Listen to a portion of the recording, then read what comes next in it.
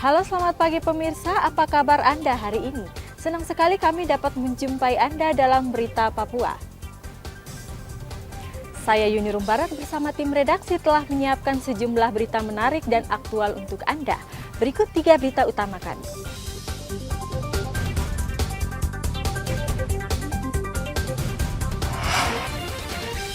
Mabuk dan membacok warga, seorang pemuda di Mimika diringkus polisi. Puluhan warga Merauke berunjuk rasa menuntut Pemprov bijak dalam penempatan ASN. Komisi Pemilihan Umum Daerah Mimika ingatkan paslon tidak memindahkan lokasi kampanye yang sudah ditetapkan KPU.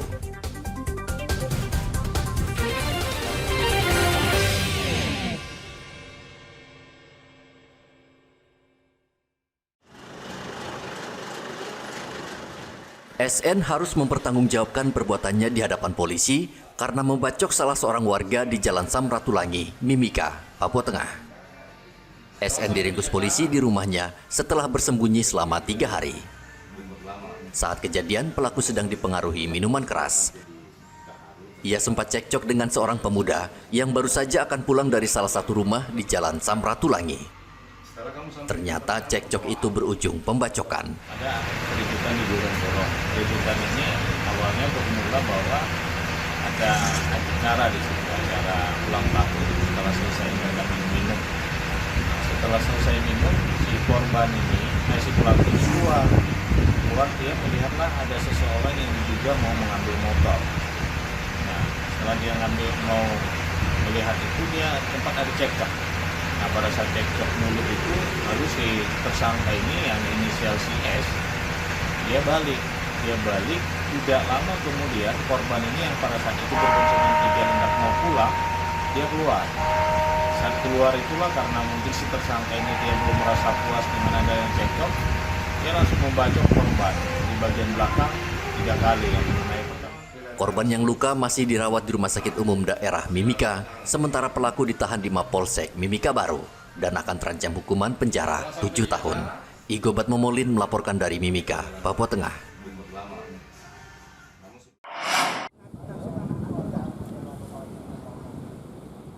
Puluhan warga Merauke yang menamakan diri Forum Peduli Anak Negeri Papua Selatan, Jumat pekan lalu mendatangi kantor Gubernur Papua Selatan. Pengunjuk rasa meminta klarifikasi Pemprov terkait pegawai negeri yang bertugas di Pemprov Papua Selatan. Menurut pengunjuk rasa, sejak Pemprov Papua Selatan berdiri, hanya ada 9 ASN asli orang Merauke, sementara yang lainnya berasal dari luar. Klarifikasi tentang apa ini? Tentang pegawai yang ada. 256 itu ternyata orang Papua Selatan hanya 9. Saya punya fakta. Yang lainnya dari mana? Yang lain itu dari daerah lain. Maaf, saya tidak menyebutkan. Ada dari Biak, Serui, Patpat, ada dari Kerom. Itu pegawai negeri? Pegawai negeri, menyangkut ASN-nya. Maka kekhawatiran kita adalah ketika nanti merekrut pegawai yang formasi 1000 itu, terbalik 20% anak Papua Selatan, 80% Nusantara. Sesuai dengan janji-janjinya itu, 80% harus orang Papua Selatan. 20%? 20% Nusantara. Jadi 80% terdiri 4 kabupaten tadi. Begitu. Jadi pegawai dari Pemprov sekarang itu 256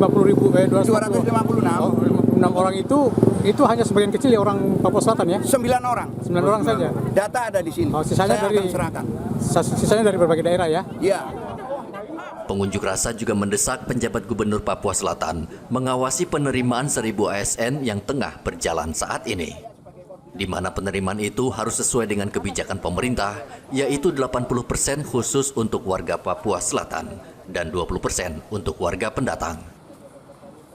Pengunjuk rasa diterima Sekda Pemprov Papua Selatan yang berjanji akan meneruskan aspirasi mereka ke penjabat Gubernur Papua Selatan. Muhammad Ridwan melaporkan dari Merauke, Papua Selatan. Banyaknya kasus kekerasan dan pelecehan seksual yang terjadi di sejumlah pesantren di Indonesia akhir-akhir ini mendorong Kementerian Agama Merauke memperketat pengawasan terhadap seluruh pesantren di Merauke. Menurut Kepala Kantor Kementerian Agama Merauke, Gabriel Retobian, Hingga saat ini belum ada kasus kekerasan atau pelecehan yang terjadi di pesantren di Merauke. Kendati demikian, Kemenak tetap akan terus mengawasi dengan melakukan inspeksi mendadak, khususnya pesantren yang belum memiliki izin. Kementerian Agama pada prinsipnya itu sekolah-sekolah maupun pondok pesantren yang izin operasional dari Kementerian Agama itu kami selalu bertandang terus untuk membina dan mendampingi. Itu izin operasionalnya. Kalau kita dengar berita-berita luar, saya tidak tahu apakah itu pondok-pondok pesantren yang sudah terkonfirmasi oleh Kementerian Agama atau tidak, itu kami belum tahu. Tapi khusus untuk wilayah Merauke itu betul-betul kita pantau, kita bina, dan kami percaya kepada pondok-pondok pesantren yang ada di wilayah kami. Pondok-pondok pesantren yang ada ini adalah izin operasional dari Kementerian Agama, dan saya percaya bahwa pembinaan Kementerian Agama kepada pondok pesantren ini jalan secara kontinu. Karena itu kita tidak mau melihat contoh-contoh di luar sebagai sesuatu yang membuat kita menjudge, itu kita tidak mau. Tapi pondok-pondok pesantren yang sudah ada dalam binaan Kementerian Agama, kami percaya itu pasti mengikuti jalur yang dibina oleh Kementerian Agama melakukan monitoring atau pantauan seperti apa ini Pak di pesantren-pesantren ini? Kita ada program dari Seksi Pendidikan Islam, ada dari Bimas Islam, selalu ada program rutin kita turun mendampingi mereka, baik dari sisi pelaksanaan pembelajarannya, tapi juga pembinaan akhlak mulianya. Menurut catatan Kementerian Agama, saat ini ada 28 pesantren yang tersebar di sejumlah distrik di Merauke, Papua Selatan. Muhammad Ridwan melaporkan dari Merauke, Papua Selatan.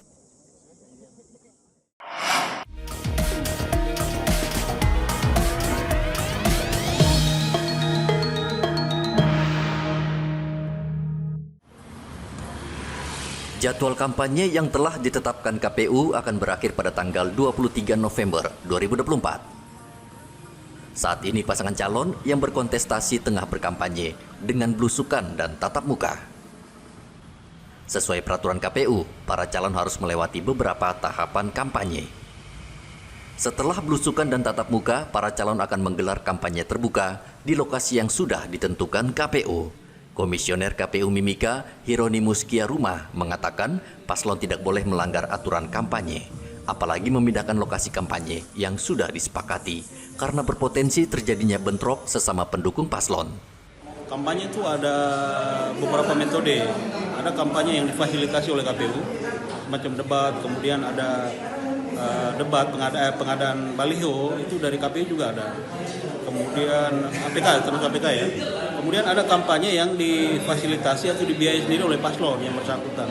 Nah, untuk kampanye yang difasilitasi oleh atau dibiayai oleh paslon sendiri itu ada beberapa macam. Ada rapat terbatas, ada tatap muka dan dialog, kemudian ada rapat umum. Nah, ada metode-metode lain, misalnya kalau kita di sini bakar batu ya, itu juga diperbolehkan, dimungkinkan. Nah, untuk kampanye khusus untuk rapat umum, karena cuma satu kali, maka kami perlu buat KPU perlu mengatur itu ya.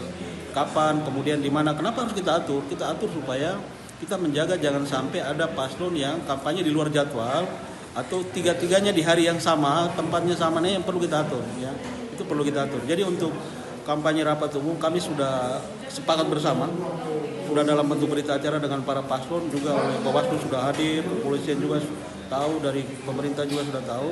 Nah, ini memang kita mendengarkan masukan dari pihak kepolisian untuk pengamanan ya, sehingga kita tidak bisa 4 kampanye rapat umum di hari yang sama. KPU Mimika juga menegaskan setelah berakhir masa kampanye pada tanggal 23 November mendatang, semua calon harus menghentikan semua kampanye, termasuk menurunkan semua spanduk dan baliho. Igobat Momolin melaporkan dari Mimika, Papua Tengah.